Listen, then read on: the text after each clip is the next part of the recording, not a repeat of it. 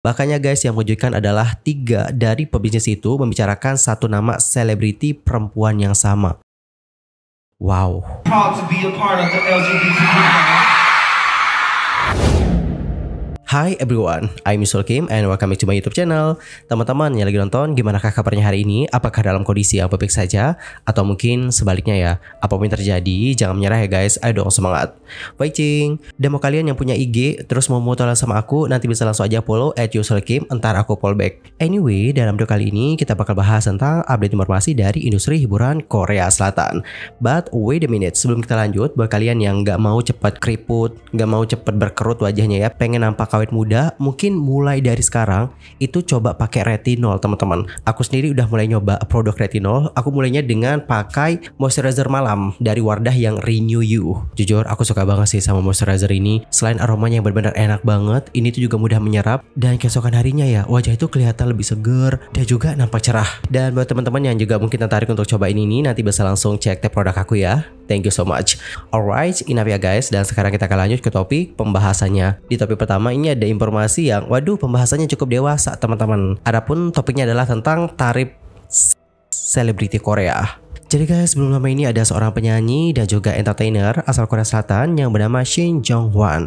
Nah, beliau ini itu berbicara mengenai sisi gelap industri entertainment Korea terkait adanya tarif seks di kalangan selebriti. Dalam pernyataannya, Shin Jong-hwan itu menceritakan nih guys, bagaimana pengalamannya di saat mendengar langsung para pebisnis yang membicarakan tarif dan siapa yang mereka temui. Lebih lanjut, beliau menceritakan seperti ini guys. Walau aku ada di samping mereka, para senior atau para pebisnis itu tidak menghiraukanku dan mereka saling ngobrolnya kayak gini. Kemarin aku bertemu seseorang, dia bertarif seharga titit.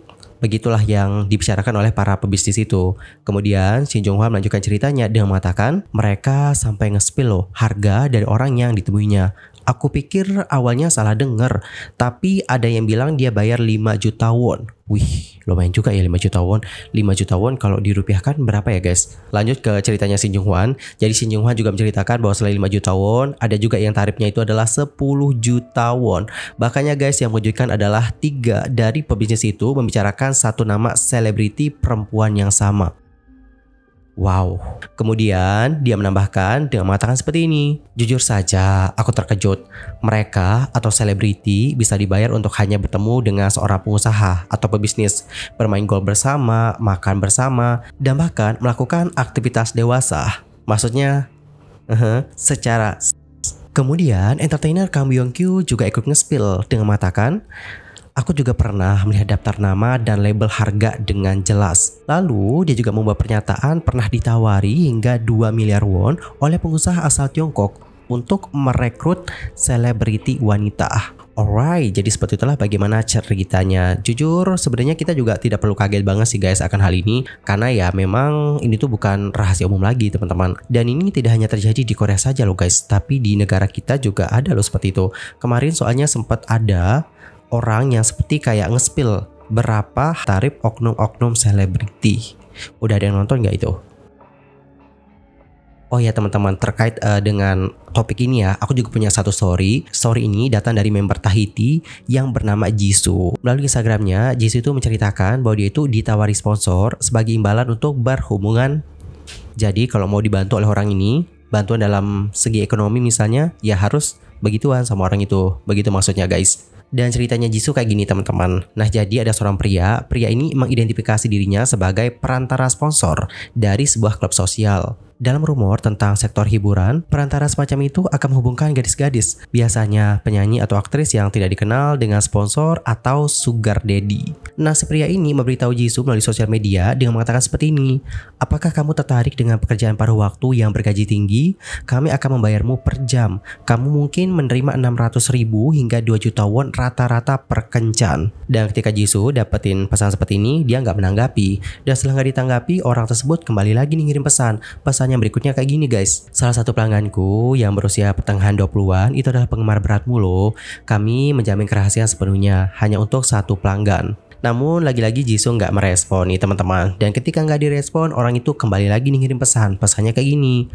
Sekali atau 2 kali saja dan kami akan membayar lebih dari broker lain. 4 juta won.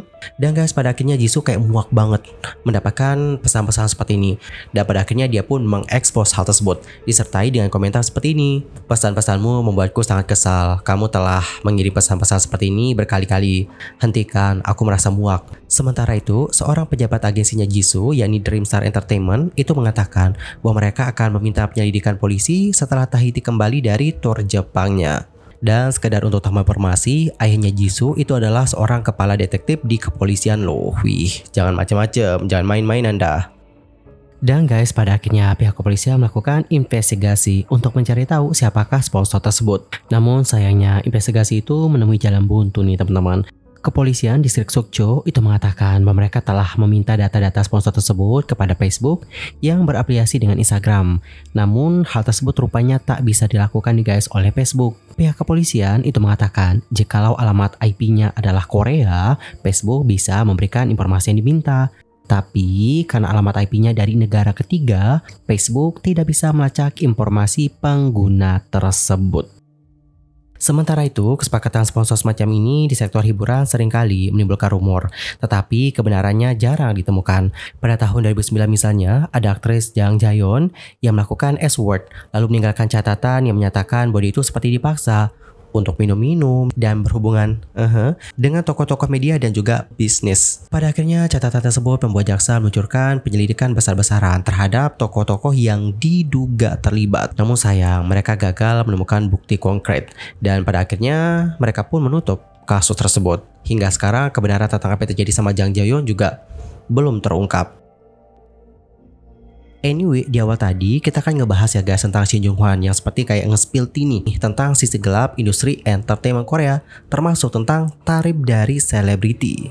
Dan kalian tahu nggak, usai melihat bagaimana tayangan tersebut ya, ada seorang netizen yang melaporkan hal itu ke kepolisian, dimana netizen itu meminta nih guys agar sisi gelap tersebut dibongkar berdasarkan spill-spillan dua entertainer tersebut. Dalam laporannya, netizen itu berkata seperti ini, aku mendesak penyelidikan menyeluruh terhadap isu bayaran S-word selebriti dengan tuntutan pelanggaran hukum tentang perdagangan S-word dan tindakan lainnya. Kasus ini nggak boleh dianggap hanya sebagai ceramah atau panpek sisi gelap industri entertainment.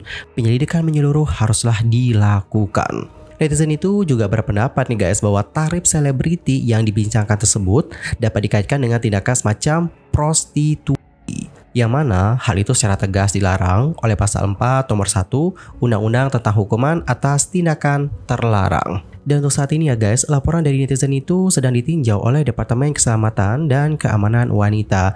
Dan apabila laporannya diterima untuk ditindaklanjuti, kemungkinan nantinya Shin Jung Hwan akan diperiksa oleh polisi sebagai saksi, karena dia jadi sumber utama yang pertama kali nge-spill terkait tarif selebriti. Dan tentu dia akan dimintai keterangan untuk bisa dipastikan kebenarannya.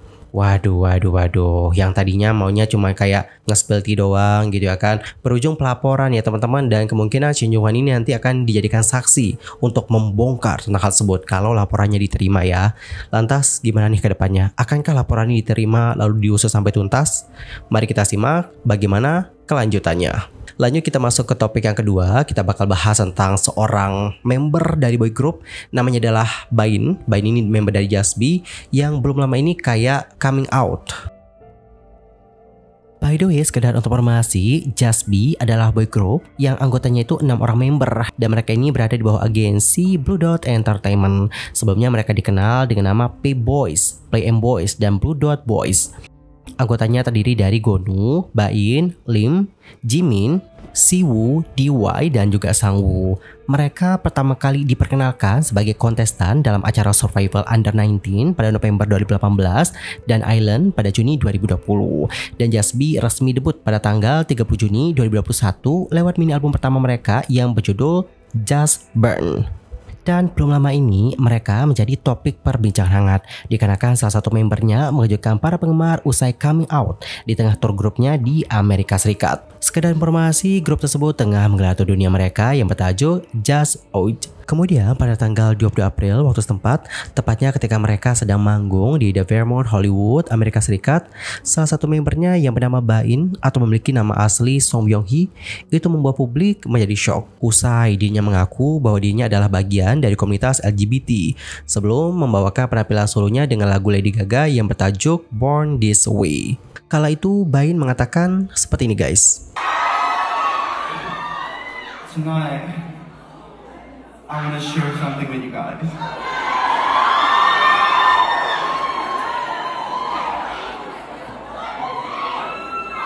I'm proud to be a part of the LGBT community.